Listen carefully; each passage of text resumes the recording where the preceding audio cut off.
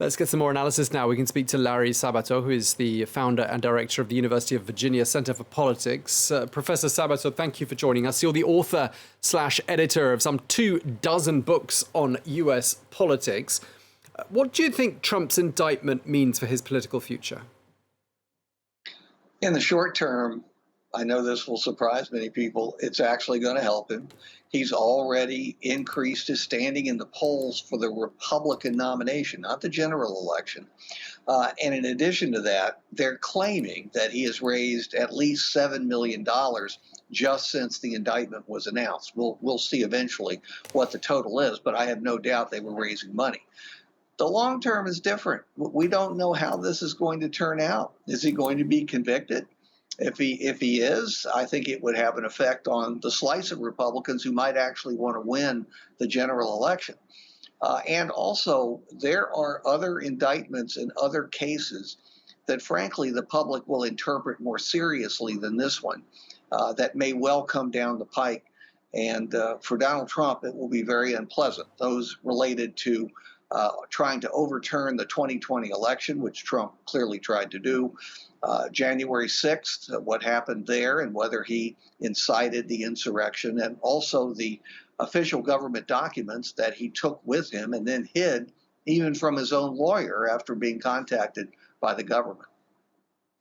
Indeed. I don't know if you've had a chance to digest any of the news that's come out of the Manhattan courthouse, but 34 charges in all.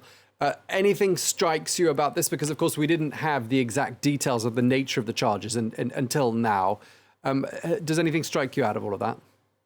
Well, it was just unsealed as I was sitting here waiting to come on. Okay, that wasn't a fair question. I haven't read it. Well, there's one significant thing. There are 34 felony counts. They're not misdemeanor counts. Originally, the reports were that these were going to be misdemeanors, much less serious crimes than felonies. So it ups the stakes for Trump and also for the Manhattan DA. Yeah, and you mentioned that Trump has a lead over his rivals in the Republican Party's presidential nominating contest. And I'm just wondering, you've been following Donald Trump for years as well, as many of us have done. He's no stranger to legal processes, is he? He's been in and out of court for the best part of half a century. But do you think today is significant and a sign that perhaps his luck has run out? Oh, it's very significant. He has never faced potentially a courtroom arrangement with destiny. And you're right to say it's been 50 years. He's been investigated and been in trouble for one thing or another for 50 years. But he has never had a courtroom trial. He has never faced this kind of indictment. So even for him, I think this has probably had a serious psychological effect. It should have. Yeah, I mean, what does the U.S. population make of all of this? I mean, clearly his supporters haven't abandoned him, but that's not the entirety of the United States, is it? That's exactly right. And really, I'm a bit surprised that Americans have been as supportive of this indictment as they have been. It's somewhere around 60% think it's justified, 40% think it is unjustified.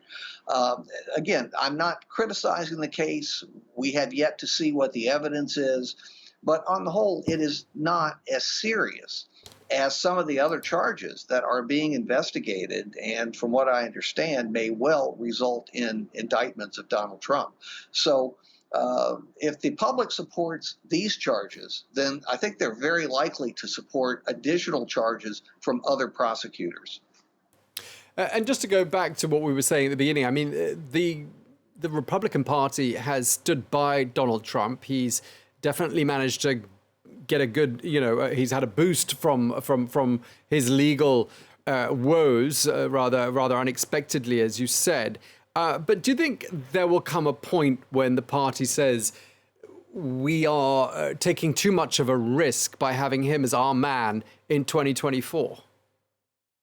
Well, certainly some Republicans will reach that conclusion because it's the rational conclusion to reach. But we've had a tremendous change in the Republican Party.